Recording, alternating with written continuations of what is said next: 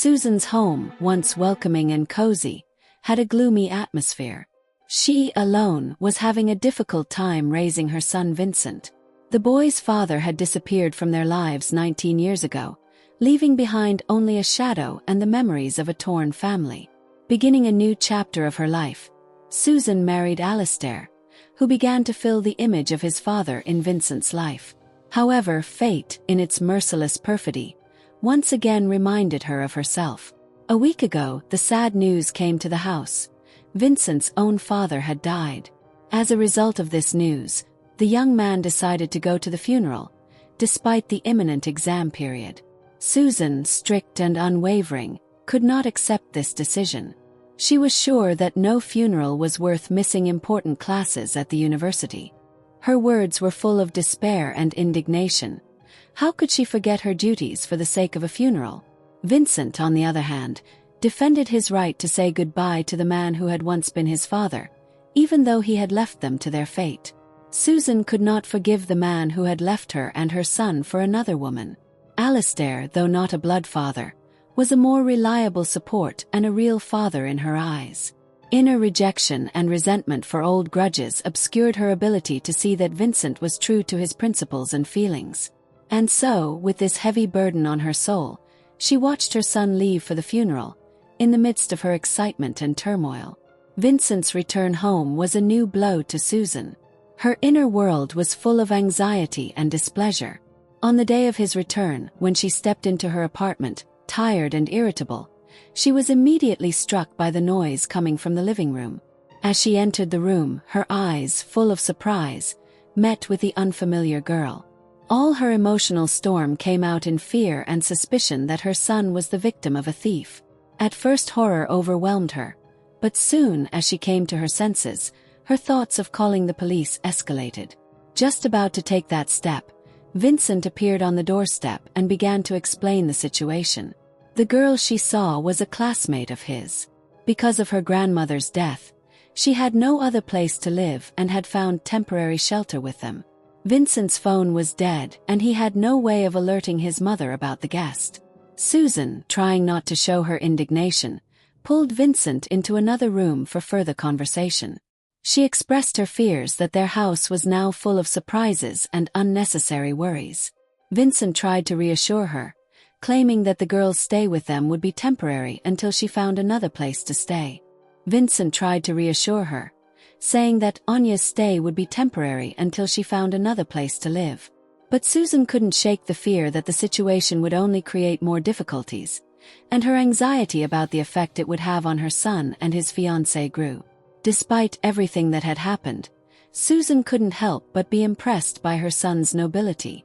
However, a shadow of anxiety and confusion remained in her soul. The thought of having another girl living in their house never left her, and she worried how it would affect their lives, creating more hardship than relief. Alistair returned home late at night, tired and thoughtful, when his eyes were confronted with an unexpected and very strange sight. A strange woman was in his humble home.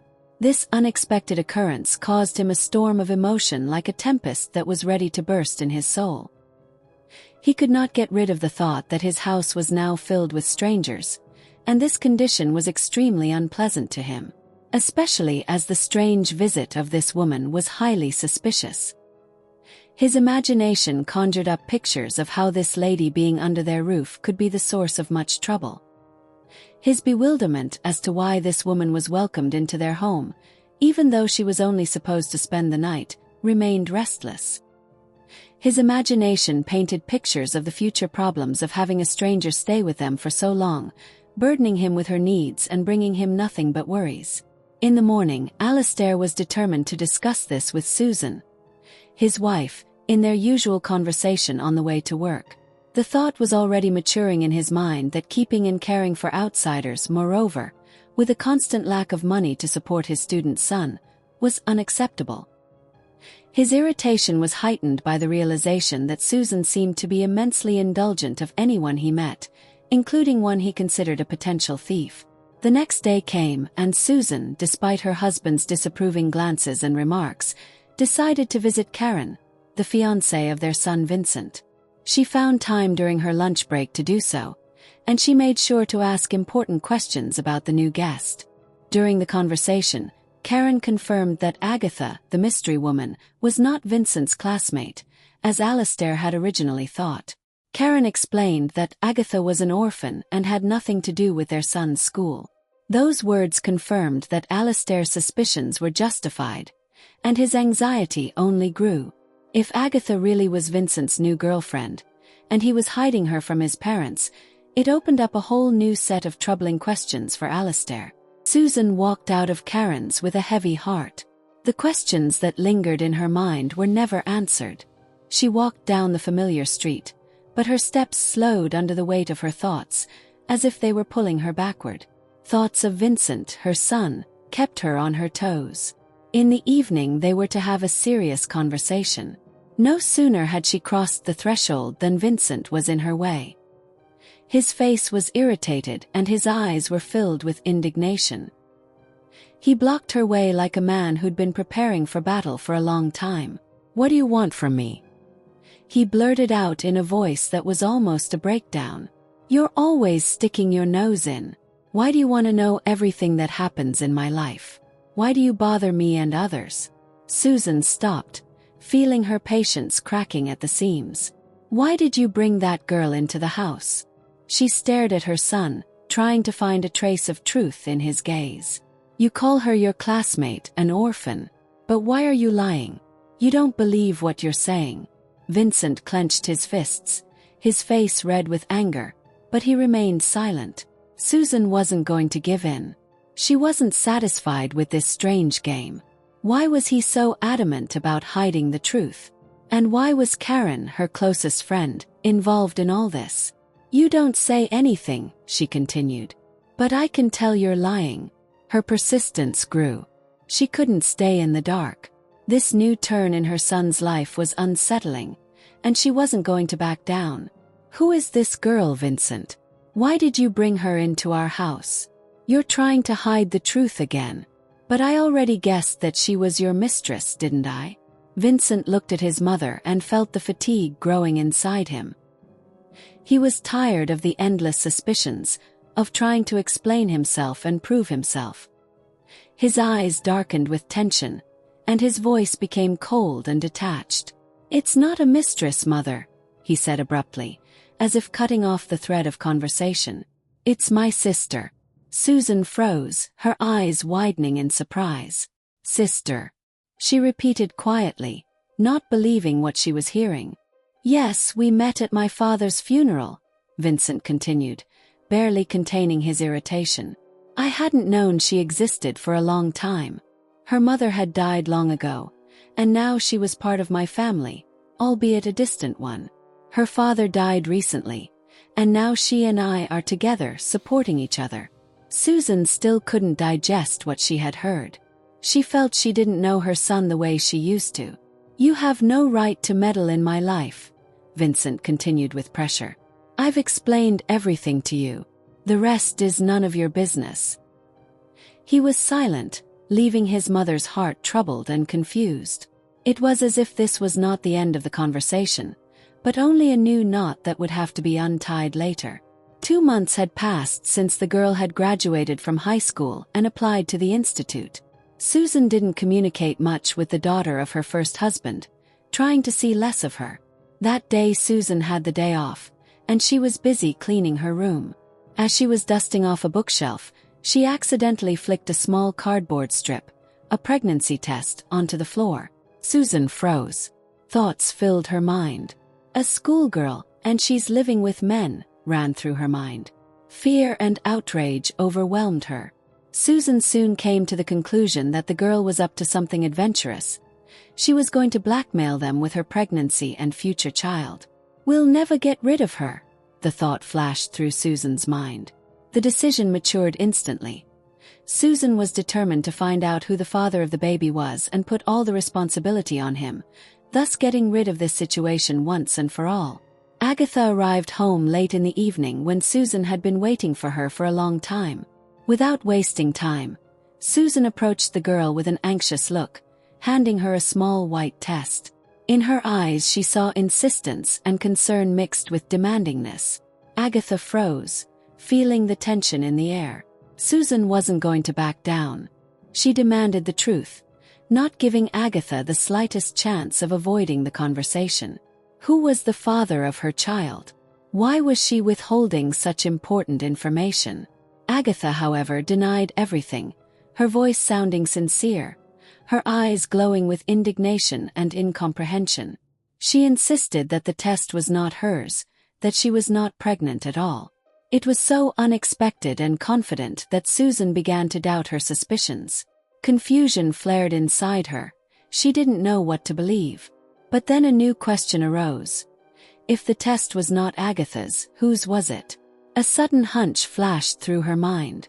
She realized that Karen, Vincent's friend, could be the girl who was expecting a child. The thought of Karen being pregnant with her son flashed through her mind like a bolt of lightning. The discovery shocked her. After all, the boys were about to graduate from university, and such a turn of events could seriously complicate their lives. After thinking about it, Susan made a decision not to delay this conversation and to deal with it all at once. She knew she had to talk to Vincent. As she drove toward the university, she felt the determination in her heart to get to the truth. When she met Vincent, he was clearly not ready for such a conversation. When she asked him about the test, he reacted with obvious confusion. His son firmly stated that he didn't know anything about the pregnancy and that Karen couldn't be pregnant because they were using protection. Vincent seemed so sure of what he was saying that Susan hesitated for a moment, not knowing what to think. Soon, however, her doubts returned. She thought that perhaps Karen had decided to hide her pregnancy from Vincent to surprise him.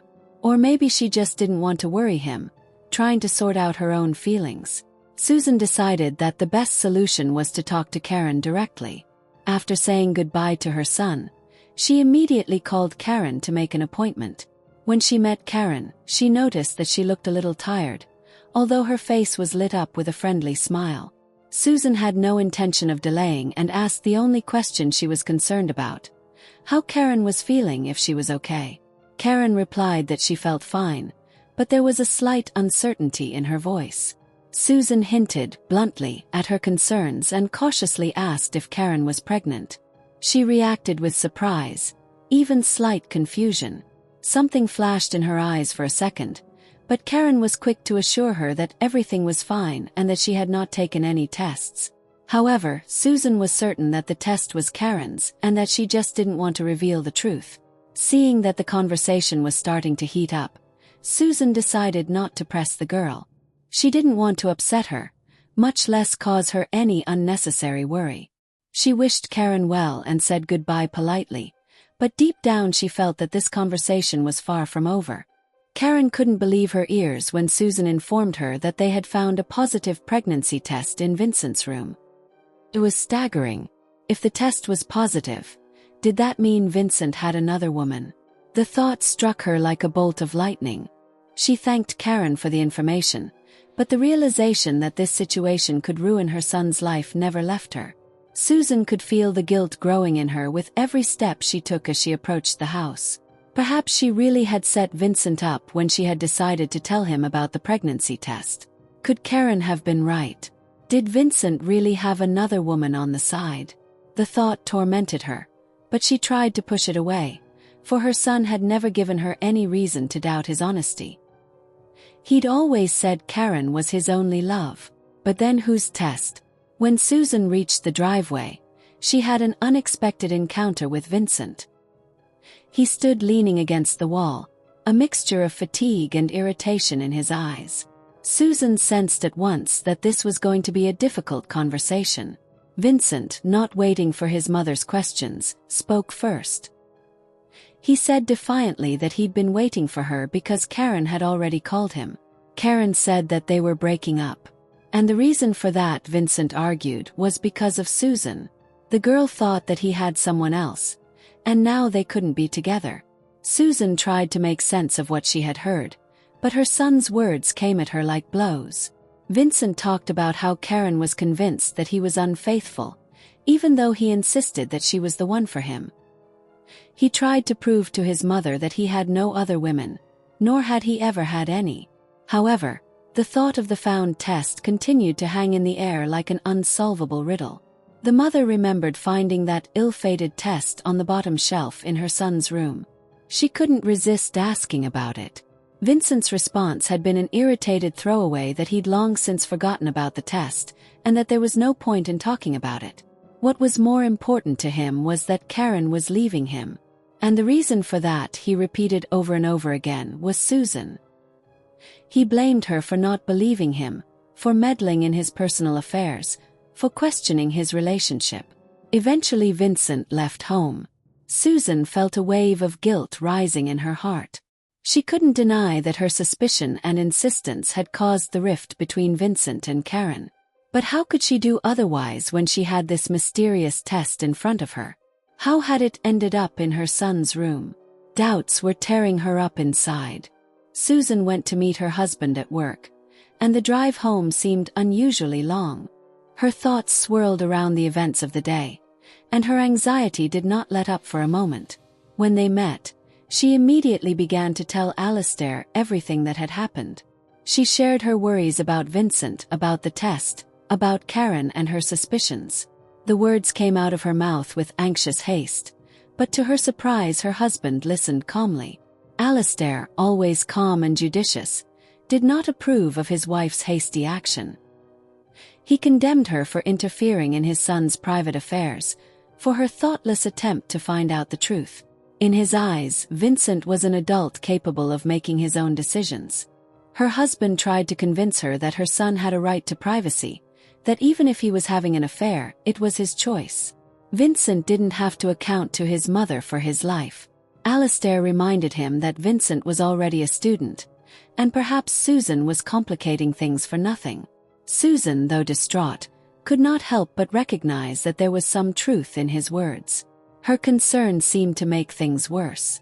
Maybe she really should have left it up to Vincent and Karen, since their relationship was already in crisis. There was a worry in her soul. What if she herself, with her suspicions, ruined what they were building together? After all, young people perhaps just break up on a wave of emotion, and then will regret it for the rest of their lives. But Alistair saw how Susan was worried, and despite his calmness, could not stay away.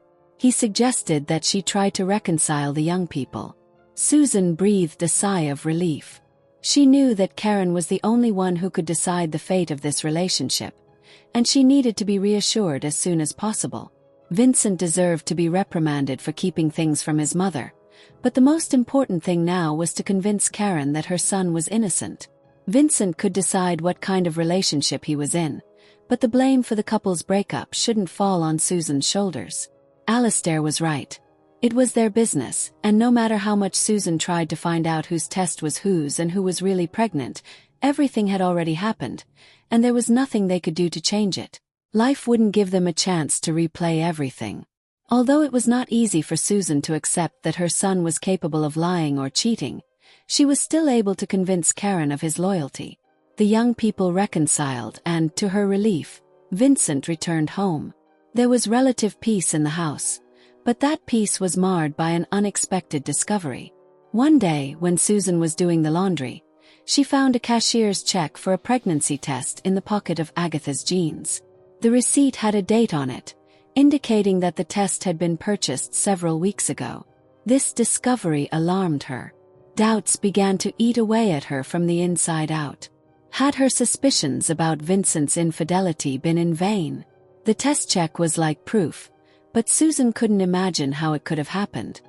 Her mind raced with thoughts of how she could have unwittingly destroyed her son and his fiancé's relationship based on unreliable information.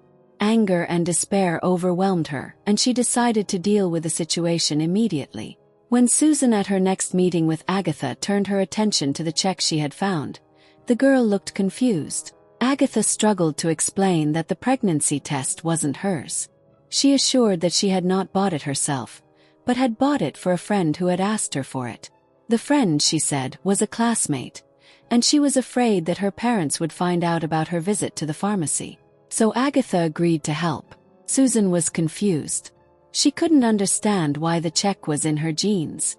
Agatha tried to explain that her friend had asked her to do it to avoid questions from her parents, and that was why she had the test. She insisted that she herself had nothing to do with the test and didn't know what her friend wanted to hide. Susan was relentless. She demanded that Agatha tell the truth, and if the doctor confirmed that she was pregnant, she had to answer who the father of the baby was. Susan felt that if Agatha didn't tell the truth, she would have to be thrown out of the house. Tired of the constant lying that had started with this girl's appearance, she was torn. The next day Susan couldn't go to the gynecologist herself, so she asked Vincent to do it for her. She met with her son at lunchtime to find out the results of the doctor's visit. Vincent reported that the doctor said the pregnancy was fine and there was no cause for concern. He added that the doctor had said the test had nothing to do with Agatha. Susan was amazed. She couldn't understand how this could have happened. Vincent tried to reassure his mother, noting that she was too suspicious and didn't trust anyone. He emphasized that Agatha was a good girl and shouldn't be judged without reason. He also noted that perhaps she shouldn't have gotten involved in the situation in the first place and embarrassed everyone. Susan reflected on her son's words. She still couldn't understand why the test had ended up at Agatha's, or who was actually going to have a baby. Her anxiety was only growing. Time passed, but the questions remained unanswered. Susan was ashamed and embarrassed at the thoughts she had allowed herself in regard to Agatha. She felt that she didn't trust the girl enough, judging by her outward behavior. Agatha seemed innocent, a virgin, but she always had questionable friends around her, which alarmed Susan. On the one hand, she was still troubled by the speculation, but the thought that Agatha might not be as pure as she seemed calmed her a little. That evening, as she was returning home, a phone call rang. The voice on the other end of the line reported that her son Vincent had been taken to the city hospital with a serious beating.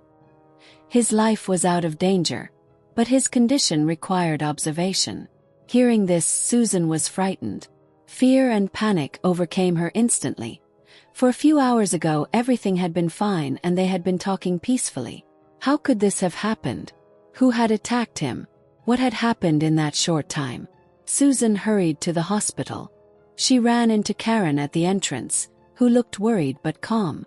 She told her that Vincent had just been taken away for examination. The doctors assured her that his condition was not critical. He was diagnosed with a concussion and also suspected a fractured arm. Vincent was unconscious after the beating, but soon regained consciousness.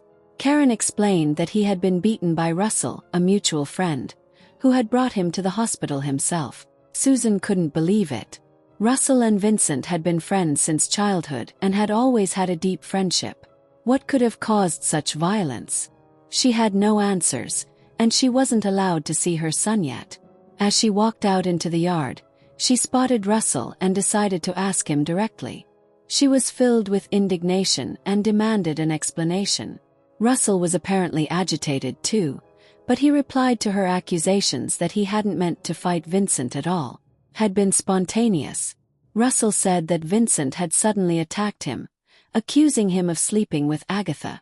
Russell tried to explain himself, but the situation got out of hand. Susan was stunned. Russell argued that the accusation had arisen out of jealousy.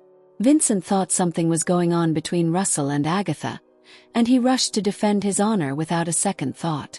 But the most surprising thing was that Vincent was wrong. Agatha, according to Russell, was a virgin. Russell couldn't understand how such an absurd rumor could even arise. These words shocked Susan even more. She tried to collect her thoughts, but could not believe what was happening. It was clear that the conflict had been over jealousy and false accusations, but the very thought that Vincent might have slept with Agatha or accused Russell of the same thing disgusted and perplexed her. What disturbed her most was that there was a terrible hunch hovering in the background. Could Vincent really be that jealous? And if there really had been something between him and Agatha, how could it have so warped his mind? Russell's words threw her into deep thought, and even though she refused to believe his accusations, doubt stirred in her heart. What was really going on in her son's life? And could she, as a mother, help him make sense of this confusing and painful situation? When Susan got home, she went straight to Agatha's room. She was overwhelmed with emotion, and she lashed out at the girl with accusations. Susan believed that Agatha had been the cause of Vincent's beating, that his jealousy of her had led to the tragedy. Susan couldn't contain her indignation and, almost out of control, asked what had happened between Agatha and Russell. Agatha looked stunned. She denied any relationship with Russell, claiming that they had only gone to the movies once. However, that didn't reassure Susan. Everything about Russell and Agatha didn't bother Susan as much as the fact that her son had lied to her. He had assured her that Agatha was his girlfriend, but then ran to fight with his best friend, accusing him of having an affair with her. Susan didn't understand why Vincent had done that, and her suspicions were growing by the minute. She was sure that Agatha was hiding something important. Susan bluntly asked her who she was expecting a child with. Agatha's reaction only increased her suspicions. The girl answered nothing and simply ran out of the house. Agatha never came home that night. Susan picked up her son from the hospital the next day, but she was hesitant to talk about what had happened. Finally, she pulled herself together and asked Vincent directly if he had lied about Agatha being a virgin. Vincent assured her that he hadn't lied. Susan asked what the doctor had said about the pregnancy, and her son admitted that the doctor had confirmed that Agatha wasn't pregnant. Vincent revealed that after finding the pregnancy test, he'd thought Agatha had already had an abortion. This led him to think that someone might have forcibly possessed her as a woman. Vincent then decided to find out the truth. He checked Agatha's cell phone and saw messages from Russell. The content of the messages led him to believe that Russell was responsible for what had happened. Vincent decided to punish his friend first with his fists, and then went further and reported the alleged violent contact to the police, pretending to be a witness. Susan was shocked. Her son had accused his best friend of violent contact. She couldn't immediately ask her son if he was the father of the child. But the fact that he'd been so fiercely protective of Agatha made her wonder if they were more than friends. Susan decided to postpone the conversation until Vincent had recovered from his illness. On her way home from work that evening, Susan unexpectedly met Russell on the street. She stopped to ask him what had happened. Russell didn't seem to be expecting the encounter, but he was calm. He wondered why Vincent had made up the story. Russell maintained that there had been no violent contact, and he didn't understand why Vincent had decided to accuse him of such a serious crime. Susan was filled with indignation and resentment. It seemed incredible to her that Russell would go unpunished, despite everything that had happened. In anger, she threatened him that she would go to the police with Agatha, so that the girl herself would file a report of forced intimate contact. But Russell's words stunned her. He calmly informed her that Agatha had already been to the police and had not only not filed a report, but had dropped the charges against him. These words threw Susan into a state of bewilderment. She couldn't believe what she was hearing. How could Agatha, if she was really raped, save her tormentor? So Russell wasn't guilty after all. Then who is? Could it be Vincent himself? But how could that be? The thought that her son might have had intimate relations with his sister, albeit not her own, began to haunt Susan more and more. These suspicions haunted her as she approached her house. When she was almost to the driveway, a worried Vincent ran out to meet her. In his hands was the note Agatha had left. Vincent told his mother that the girl had left, and in her letter she had written that she couldn't go on like this. He didn't understand what she meant, and his confusion only increased Susan's fear. She decided it was time to tell her son her darkest assumptions. It was with a heavy heart that Susan voiced her suspicions that Agatha was worried about their love affair.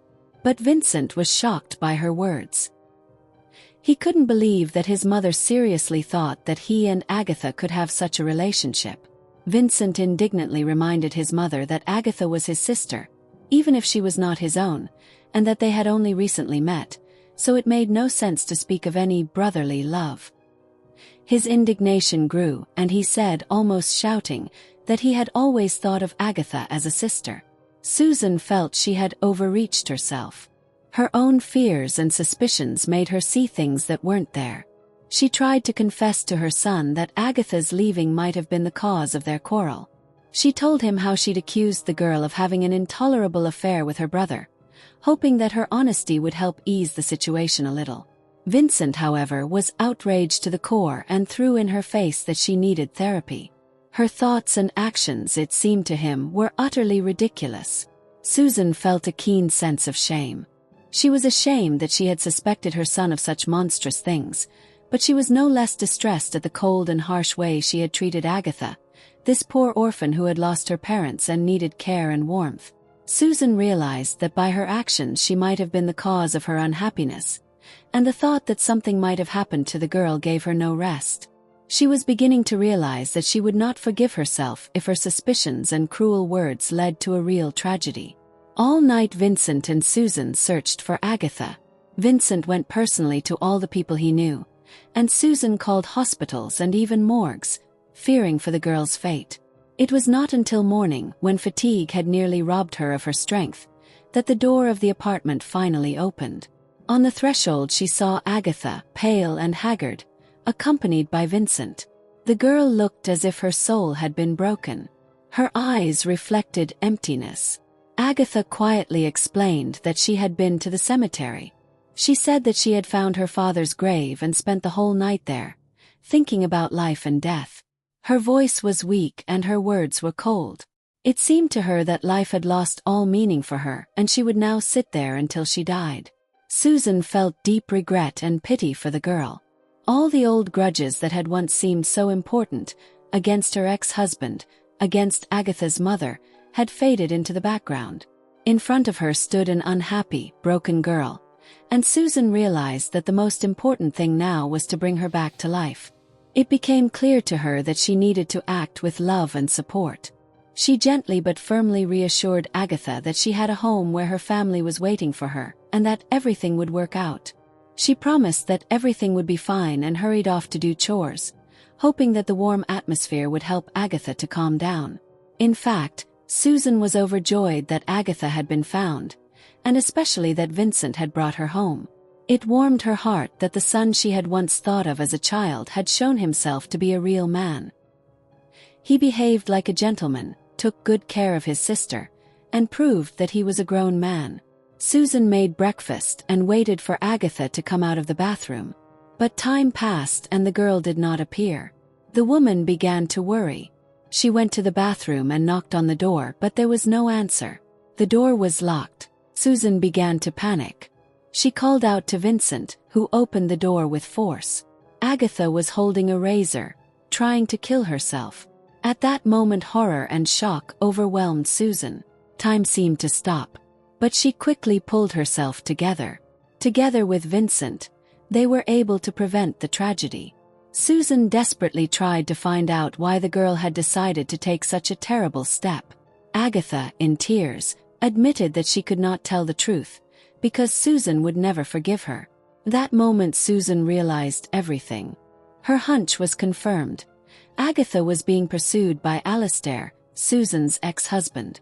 The girl told how he molested her, said dirty, disgusting things and threatened to throw her out of the house if she told anyone. To protect herself, Agatha made up a pregnancy story by faking a test, hoping it would scare Alistair into leaving her alone. But this only made things worse. Alistair threatened her even more, saying that if she told anyone about his harassment, he would not spare her. Susan was stunned. Her shock was boundless. She couldn't believe that she had lived for so many years with a man who turned out to be a monster. This realization shattered her world, but at the same moment she felt incredibly sorry for Agatha. The girl was in a terrible situation, and Susan couldn't let it go unpunished. The next day Susan filed a police report against Alistair, giving detailed evidence against him. The court sentenced him to imprisonment for 5 years. This brought Susan some relief, but she knew that the wounds inflicted on Agatha would not heal soon. Shortly after these events came the happy news that Agatha had been accepted into the university. To celebrate the news, Susan and Vincent decided to have a celebratory dinner. Vincent enthusiastically offered to help prepare the dinner. He promised to make the salad, to which Susan wondered when her son had learned to cook. He explained that Karen, his girlfriend, had taught him the art. Susan couldn't help but smile as she listened to him. They bought everything they needed for the party, including her favorite meat with prunes and champagne.